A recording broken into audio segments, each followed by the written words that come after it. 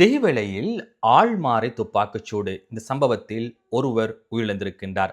கடந்த சில வருடங்களில் சிறைச்சாலைகளிலிருந்து 1181 கைதிகள் தப்பிச் சென்றிருக்கின்றார்கள். சிறைச்சாலைக்குள் 5000க்கும் அதிகமான கையடக்க தொலைபேசிகள் கண்டுபிடிக்கப்பட்டிருக்கின்றன. போதைப்பொருள் கடத்தல்காரரான ஷிரான் பாசிக்கிடம் மேற்கொண்ட விசாரணைகளின் பொழுது பல முக்கியமான தகவல்கள் வெளியாக இருக்கின்றன. 22வது அரசியலமைப்பு திருத்தம் நாளை மறுதினம் பாராளுமன்றத்திலே சமர்ப்பிக்கப்படவிருக்கிறது. இந்த சம்பவங்கள் தொடர்பில் நாங்கள் இன்று விரிவாக ஆராய இருக்கின்றோம். எமக்கு தெரியும், நேற்று கல்கிசே பகுதியிலே ஒரு துப்பாக்கி பிரயோக சம்பவம் இடம்பெற்றது.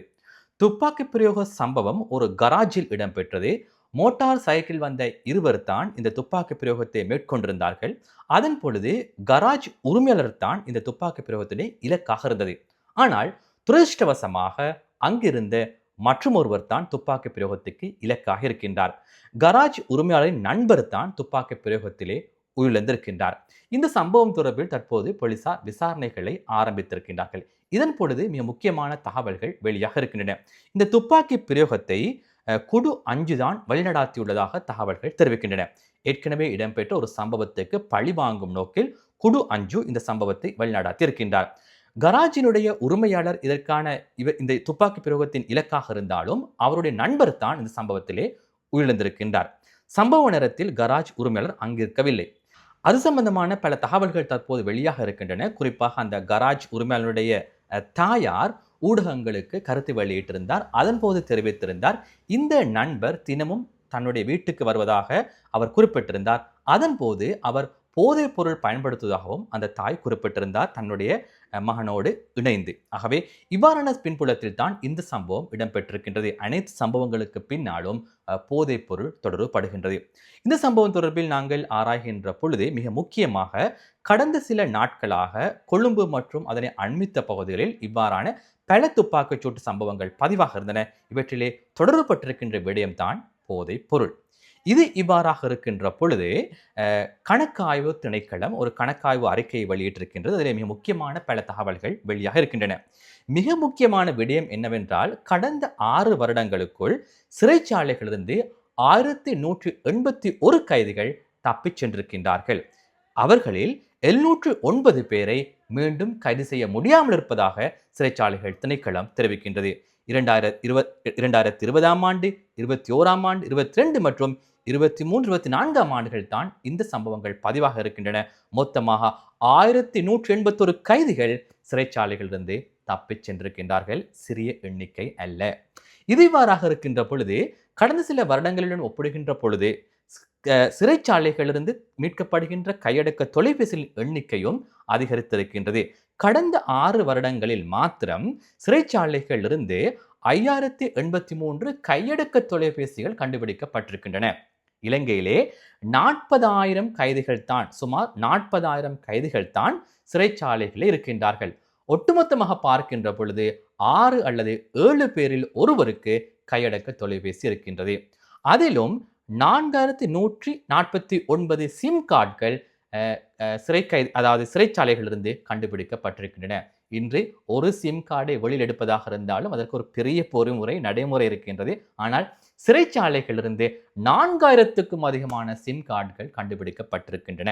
அதே போன்று அதற்காக பயன்படுத்துகின்ற கையடக்க தொலைபேசிகளுக்கு பயன்படுத்துகின்ற 2432 பேட்டரிகளும் கண்டெடுக்கப்பட்டிருக்கின்றன. இவ்வாறாக நாங்கள் பார்க்கின்ற பொழுது எமக்கு தெரியும், கடந்த சில நாட்களாக, கடந்த சில மாதங்களாக சிறைச்சாலைகள் பல சம்பவங்கள் பதிவாகி வருகின்றன. இதற்கான காரணம் தற்பொழுது சிறைச்சாலைகளிலே தேடுதல் நடவடிக்கைகள் மும்முரமாக இடம்பெற்றுக் கொண்டிருக்கின்றன. சிறைச்சாலைகளுக்குள் போதைப் பொருள் செல்வதை தடுப்பதற்கான பல்வேறு முயற்சிகள் மேற்கொள்ளப்படுகின்றன, பல்வேறு நடவடிக்கைகள் மேற்கொள்ளப்பட்டிருக்கின்றன. இந்த சந்தர்ப்பத்தில் தான் சிறைச்சாலைக்குள் பல சம்பவங்கள் பதிவாக இருந்தன. மிக முக்கியமாக எமக்கு விளங்கிக் கொள்ள வேண்டிய ஒரு விடயம் என்னவென்றால், மூடியிருக்கின்ற சிறைச்சாலைக்குள் இவ்வாறான பொருட்கள் செல்கின்றன. இதுதான் மிகப்பெரிய கேள்வி. ஆனால் இது அனைவருக்கும் தெரிந்த விடயம். சிறைச்சாலைக்குள் போதைப் பொருள் செல்வதாக இருந்தால், சிறைச்சாலைக்குள் கையடக்க தொலைபேசிகள் செல்வதாக இருந்தால், சிம் கார்டுகள் செல்வதாக இருந்தால், அவர்களுக்கு செல்வதற்கான வழிவகைகளை ஏற்படுத்துவதே அங்கிருக்கின்ற உத்தியோகத்தர்கள் என்பது பல்வேறு சம்பவங்கள் மூலம் வெளியாக இருக்கின்றன. குறிப்பாக அண்மையிலே சிறைச்சாலைக்குள் மெகசின் சிறைச்சாலையிலே ஒரு கைதி கொலை செய்யப்பட்ட சம்பவத்திலும் சிறைச்சாலை உத்தியோகத்தர்கள் தொடர்புபட்டிருந்தார்கள். அதே போன்று போதைப் பொருட்கள் கண்டுபிடிக்கப்பட்ட சம்பவத்தில் சிறைச்சாலை உத்தியோகத்தர்கள், அது மாத்திரமல்ல சிறைச்சாலை வைத்தியசாலை வைத்தியர்களும் தொடர்புபட்டிருந்தார்கள். இது நிரூபிக்கப்பட்ட சம்பவங்கள், போலீசார் கூறுகின்ற தகவல்கள். இந்த அடிப்படையில் தான் தற்பொழுது உண்மையிலேயே சிறைச்சாலையை திருத்த வேண்டுமாக இருந்தால், சிறைச்சாலையின் பிரச்சனைகளை திருத்த வேண்டுமாக இருந்தால், இவ்வாறாக முறையற்ற விதத்தில் செயல்படுகின்ற அதிகாரிகளையும் உத்தியோகத்தர்கள் தொடர்பிலும் நடவடிக்கை எடுக்க வேண்டும். எல்லா அதிகாரிகளும் எல்லா உத்தியோகத்தர்களும் அல்ல, ஒரு சிலரின் செயற்பாடுகளின் காரணமாக ஒட்டுமொத்த கட்டமைப்பும் வீழ்ச்சி அடைந்திருக்கின்றது. ஆனால் தற்போது அதற்கான சந்தர்ப்பங்கள் மிகவும் குறைவு. சிறைச்சாலையை மறுசீரமைப்பதற்கான பணிகள் மும்முரமாக இடம்பெற்றுக் கொண்டிருக்கின்றன. இதைவாறாக இருக்கின்ற பொழுது நமக்கு தெரியும், அண்மையிலே துபாயில் கைது செய்யப்பட்ட ஷிரான் பாசிக் இலங்கைக்கு அழைத்து வரப்பட்டார்.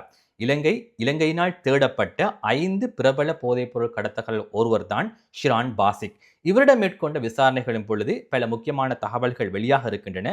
நேற்றும் நான் அது குறித்து சில தகவல்களை வழங்கியிருந்தேன். தற்போது கிடைக்கின்ற தகவல்களின்படி ஷிரான் பாசிக்கு கொழும்பிலே மிக முக்கியமான 5 ஹோட்டல்கள் இருப்பதாக போலீசார் தெரிவிக்கின்றார்கள். அதிலும் அவர் இந்த ஹோட்டல்களை வாங்குகின்ற பொழுது சிலர் ஏழை மக்களுடைய பெயர்களில் இவற்றை வாங்கியிருப்பதாகவும் தகவல்கள் தெரிவிக்கின்றன. போலீசார் இவ்வாறு இதனை கூறுகின்றார்கள். நமக்கு தெரியும், தெஹிவலே மவுண்ட் லெவினியாவில் ஒரு ஹோட்டல் கடந்த சில ஆண்டுகளுக்கு முன்னர் உடைக்கப்பட்டு அது பெரும் சர்ச்சையாக மாறியது. அந்த விடயத்திலும் இவர் தான் தொடர்புபட்டிருக்கின்றார். அவருடைய ஒரு ஹோட்டல் என்றுதான் தற்போது தெரிய வருகின்றது. இவ்வாறாக இருக்கின்ற பொழுது இலங்கைக்கு இன்னும் 93 பிரபல போதைப்பொருள் கடத்தல்காரர்கள் தேவைப்படுவதாக அறிய கிடைக்கின்றது. அது சம்பந்தப்பட்ட விசாரணைகள் தற்பொழுது இடம்பெற்றுக் கொண்டிருக்கின்றன. குறிப்பாக 93 பேர் இவ்வாறு வெளிநாடுகளில் தஞ்சமடைந்திருக்கின்றார்கள், தப்பிச் சென்றிருக்கின்றார்கள். அவர்களே 38 பேரை இலங்கை அரசாங்கம் தற்பொழுது அங்கு கைது செய்து சர்வதேச போலீசாரோடு இணைந்து இலங்கை போலீசாரும் இணைந்து மேற்கொண்ட தேடுதல் நடவடிக்கையின் போது கைது செய்யப்பட்ட 38 பேர் தற்போது இலங்கைக்கு அழைத்து வரப்பட்டிருக்கின்றார்கள். ஆகவே இவர்களிடம் மேற்கொள்கின்ற விசாரணைகளின் பொழுது பல முக்கியமான தகவல்கள் வெளியே வருகின்றன. போதைப் பொருளை ஒழிப்பதற்கான செயற்பாடுகள் நாட்டிலே மும்முரமாக இடம்பெற்றுக் கொண்டிருக்கின்றன. இவ்வாறாக இருக்கின்ற பொழுதுதான் எமக்கு தெரியும், 22வது அரசியலமைப்பு திருத்தம் நாளை மறுதினம் பாராளுமன்றத்திலே சமர்ப்பிக்கப்படவிருக்கின்றது. உங்கள் அனைவருக்கும் தெரியும் 22வது அரசியலமைப்பு திருத்தம் என்றால் என்ன என்று. அதாவது நீதிபதிகளின் ஓய்வு பெறும் வயதை அதிகரிப்பது தொடர்பிலான திருத்தம். உயர் நீதிமன்றம், மேன்முறையீட்டு நீதிமன்றம் ஆகிய நீதியரசர்களுடைய ஓய்வு பெறும் வயதை அதிகரிப்பது தொடர்பில் தான் 22வது திருத்தம் வருகின்றது. அதே போன்று ஏனைய நீதிமன்ற நீதிபதிகளினுடைய ஓய்வு பெறும் வயதை திருத்துவதற்கான பிரேரணையும் பாராளுமன்றத்திலே சமர்ப்பிக்கப்பட இருக்கின்றது. இந்த 22வது அரசியலமைப்பு திருத்தம் தற்பொழுது பெரும் பேசுபொருளாக மாற இருக்கின்றது. எமக்கு தெரியும், கடந்த 12ஆம் தேதி இலங்கை சட்டத்தரணிகள் சங்கத்தினுடைய உறுப்பினர்கள் ஜனாதிபதி அனுர்குமார் திசாநாயக்கவை சந்தித்திருந்தார்கள். இதன் பொழுது ஜனாதிபதி ஆற்றிய உரை மிக முக்கியமான ஒரு விடயமாக அமைந்தது. அதன் பின்னர் ஜனாதிபதியின் உரை தொடர்பில் ஒரு பெரும் கருத்தாடல் ஏற்பட்டது. ஆனால் சட்டத்தரணிகள் சங்கத்தினுடைய ஒரு குற்றச்சாட்டாக இருந்தது, ஜனாதிபதியை சந்தித்த வேளையிலே இந்த விடயம் சம்பந்தப்பட்ட விடயங்கள் தொடர்பில் சட்டத்தரணிகள் ஆற்றிய உரையினை ஜனாதிபதி ஊடகப் பிரிவு முழுமையாக வெளியிடவில்லை என்று. ஆனால் ஜனாதிபதி ஊடகப் பிரிவு தெரிவிக்கின்றது, அன்றைய தினமே சட்டத்தரணிகள் சங்கத்தினுடைய தலைவருடைய உரையை அவரிடம் வழங்கியதாக ஜனாதிபதி ஊடகப் பிரிவு தெரிவிக்கின்றது. அதன் பின்னர் அங்கு உரையாற்றிய ஏனையவர்களுடைய தகவல்கள் தொடர்பிலே அவர்கள் வினவிய போது அது தொடர்பிலே சட்டத்தரணிகள் சங்கத்தினுடைய சட்டத்தரணிகள் சங்கத்தினுடைய எழுத்து மூல கோரிக்கை முன்வைக்கப்பட்டிருந்த ஜனாதிபதி செயலகத்திற்கு அதன் பின்னர் அந்த ஆடியோவையும் வீடியோவையும் வழங்கியதாகவும் தற்போது தகவல்கள் தெரிவிக்கின்றன. எதையவாறாக இருந்தாலும் சட்டத்தரணிகள் சங்கத்தினுடைய உறுப்பினர்கள் ஆற்றிய உரை தற்பொழுது பேசுபொருளாக மாறியிருக்கின்றது.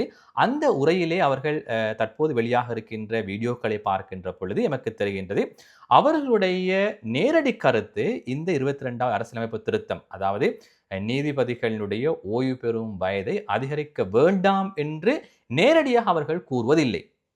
அவ்வாறு நேரடியாக கூறுவதை அவதானிக்க முடிவதில்லை. அதற்கு மாறாக ஏன் இவ்வளவு அவசரம் என்பதனைத்தான் சட்டத்தரணிகள் கேட்கின்றார்கள். இந்த அவசரம் எதற்கு என்றுதான் கேட்கின்றார்கள். அதிலும் மிக முக்கியமாக டிசம்பர் மாதத்துக்கு பின்னர் இதனை செய்தால் ஏன் என்றும் அங்கு வினவப்பட்டிருக்கின்றது. டிசம்பர் மாதம் என்றால் நமக்கு தெரியும், பிரதம நீதியரசர் ஓய்வு பெற வேண்டிய காலம். அந்த அவருடைய காலத்துக்கு பின்னர் செய்யலாமா என்ற அர்த்தத்தில் தான் இவ்வாறு பேசுகின்றார்கள். இந்த பிரதம நீதியரசர் தொடர்பிலே தற்பொழுது பலருக்கும் பல அச்சம் ஏற்பட்டிருக்கின்றது. ஏனென்றால் தற்போது வழக்கு விசாரணைகள் துரிதப்படுத்தப்பட்டிருக்கின்ற சந்தர்ப்பத்திலே நீதிபதிகளுடைய ஓய்வு பெறும் வயதை 2 வருடங்களால் அதிகரித்தால் ஏதாவது பிரச்சனை ஏற்படுமா என்பது பலருக்கு பிரச்சனையாக இருக்கின்றது. ஆனால் ஜனாதிபதியினுடைய கருத்தின்படி, நீதி அமைச்சரின் கருத்தின்படி தற்பொழுது வழக்கு விசாரணைகள் துரிதப்படுத்தப்பட்டிருக்கின்றன. கடந்த பல வருடங்களாக எமக்கு தெரியும் நாட்டிலே வழக்கு விசாரணைகள் மந்த கதியில் தான் நடைபெற்றன. வழக்கு விசாரணைகள் சம்பந்தப்பட்ட விடயத்தை பார்க்கின்ற பொழுது 6 மாதம் 7 மாதங்களுக்கு ஒரு முறைதான் ஒரு வழக்கு தொடர்பிலான விசாரணை இடம்பெறும். ஆனால் தற்பொழுது சில வழக்கு விசாரணைகள் காலையிலிருந்து இரவு வரை இடம்பெறுகின்றது. அதற்காக நீதிமன்றங்கள் போதாது என்பதனால் முன்னாள் பாராளுமன்ற உறுப்பினர்கள் அமைச்சருடைய வீடுகளையும் பெற்று அவற்றை நீதிமன்றங்களாக மாற்றி தற்பொழுது அரசாங்கம் விசாரணைகளை துரிதப்படுத்தி இருக்கின்றது. ஆகவே எமக்கு தெரியும் 22வது அரசியலமைப்பு திருத்தத்தின் மூலம் மிக முக்கியமான மாற்றங்கள் இடம்பெறும். அதாவது நீதித்துறையிலே பல முக்கியமான மாற்றங்களை மேற்கொள்ள உள்ளதாகத்தான் அரசாங்கம் கூறுகின்றது. ஆகவே பேசுபொருளாக மாறக்கூடிய விடயம்தான் 22வது அரசியலமைப்பு திருத்தம். அதற்கான ஆயத்தங்களைத்தான் தற்போது அரசாங்கம் மேற்கொள்கின்றது. 3-2 பெரும்பான்மை அதிகாரம், அதனை விட அதிகாரத்தை கொண்ட ஒரு அரசாங்கம் நாட்டில் இருக்கின்றது. ஆகவே இதனை நிறைவேற்றுவதற்கான அதிக வாய்ப்புகள் காணப்படுகின்றன. இது பாராளுமன்றத்தில் நிறைவேற்றப்பட்டதன் பின்னர் அது பெரும்பாலும் உயர்நீதிமன்றத்திலே அது சம்பந்தமான வழக்குகள் தாக்கல் செய்யப்படும். அங்கு மிக முக்கியமான விடயம்தான் உயர்நீதிமன்ற நீதியரசனுடைய வயதை அதிகரிப்பு தொடர்பிலான விசாரணைகளை உயர்நீதிமன்றமே தான் மேற்கொள்ளவிருக்கின்றது. அது மிக முக்கியமான ஒரு வரலாற்று முக்கியத்துவம் வாய்ந்த விடயமாக இலங்கையிலே பதிவாக இருக்கின்றது. ஆகவே இவை அனைத்தையும் நாங்கள் பார்த்து கொண்டிருக்கின்றோம். ஆகவே நீதித்துறையிலே மிக முக்கியமான மாற்றங்கள் எதிர்பார்க்கப்படுகின்றது. நீதித்துறையிலே குறிப்பாக மக்களுக்கு நீதி வழங்கப்பட வேண்டும், குற்றச்செயல்களில் ஈடுபட்டவர்களுக்கு தண்டனை வழங்கப்பட வேண்டும். அந்த நீதி நியாயத்தை தான் மக்கள் எதிர்பார்த்திருக்கின்றார்கள். அது இடம்பெற வேண்டும் என்பதுதான் அனைவருடைய எதிர்பார்ப்பு. ஆகவே இது போன்ற மிக முக்கியமான தகவல்களை அறிந்து கொள்வதற்காக ரியாஸ் ஹாரிஸ் 360 யூடியூப் சேனலை சப்ஸ்கிரைப் பண்ணி இணைந்து கொள்ளுங்கள். நன்றி.